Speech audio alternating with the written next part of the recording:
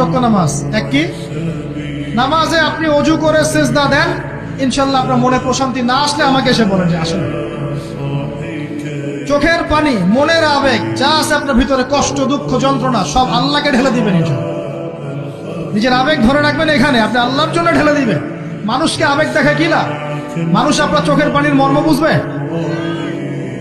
মানুষ কি মানুষের চোখের পানির মর্ম বুঝে? আপনার পিতা যদি মারা যায়, আমার কাছে এসে দোয়া চান, কান্নাকাটি করে, আমি দোয়া করতে পারবো, কিন্তু আমি কিন্তু আপনার ফিলিংসটা বুঝতে পারবো না। আপনার অনুভূতি কে বুঝতে পারবেন? আল্লাহ পাক আপনার ঘাড়ের রগের চেয়েও কাছে আছে। সুবহান আল্লাহ পাক ঘাড়ের রগের চেয়ে কাছে আছে। গতকালকে বাংলাদেশের একজন বরেণ্য আলেমের সাথে একটা কনফারেন্সে ছিলাম।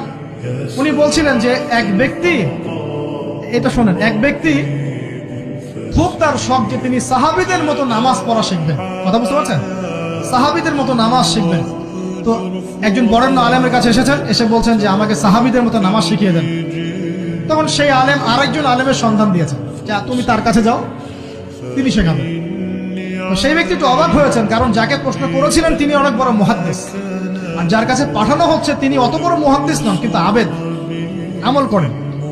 তাকে গিয়ে বলছেন উনি আমাকে পাঠিয়েছেন সাহাবী বলা নামাজ শিখিয়ে দেন। তখন তিনি বলছেন ঠিক আছে, সুন্দর করে ওযু করে আসো, সুন্দর করে ওযু করে আসো।